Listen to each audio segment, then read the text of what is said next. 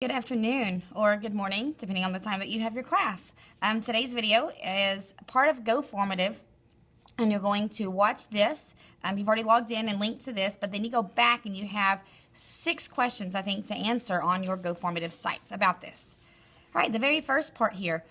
Which expression is represented on this number line? So when you think about your number line and you're multiplying, this can be represented with multiplication or division. Because we start with 0 and we have 4, or every time we jump, we go 4 spaces in the negative direction. So we could say we have 3 jumps and each one is 4 spaces in the negative direction.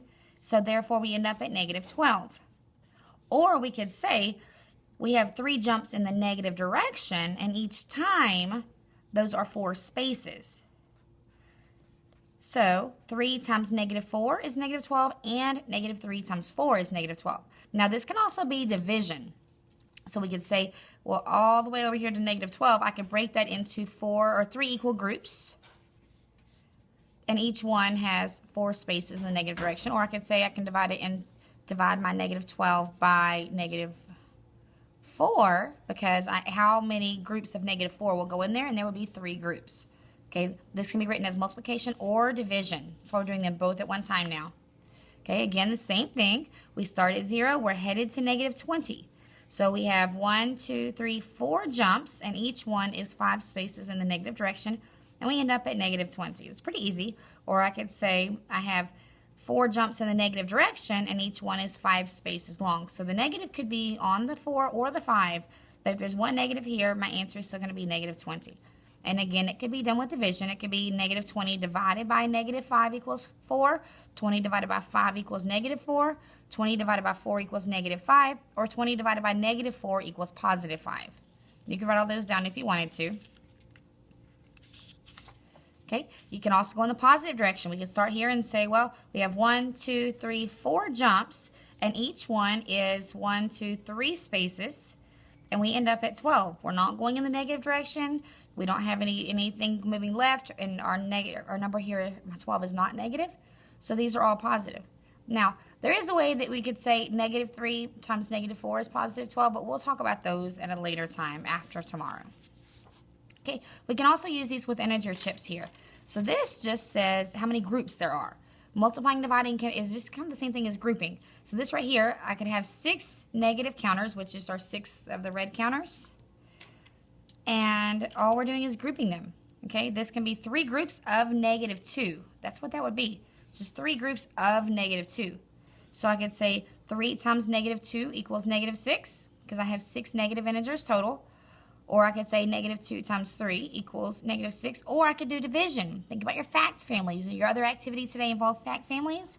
So negative 6 divided by negative 2 equals 3. So if I have 6 negative integers and I want to put 2 negatives in each group, I would have 3 groups.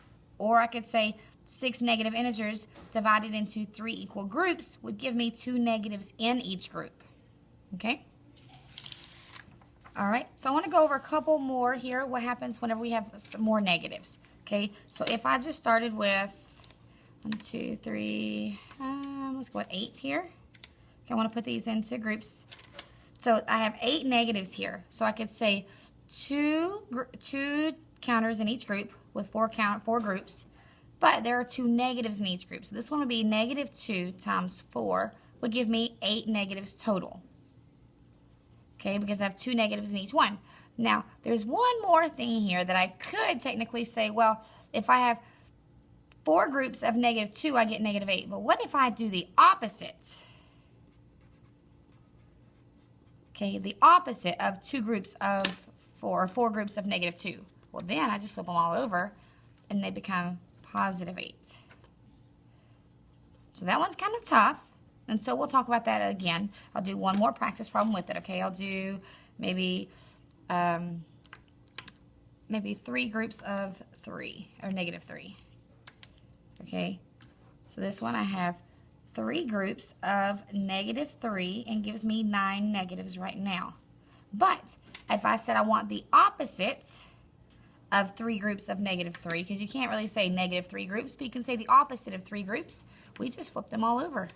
The opposite of all those negative 3s would be positive 3s, and then my answer would become positive 9. Okay. Your models, they will not have negative times negative on them. But I want to show it one more time here. 3 times 2 equals 6. So it's 3 groups of 2.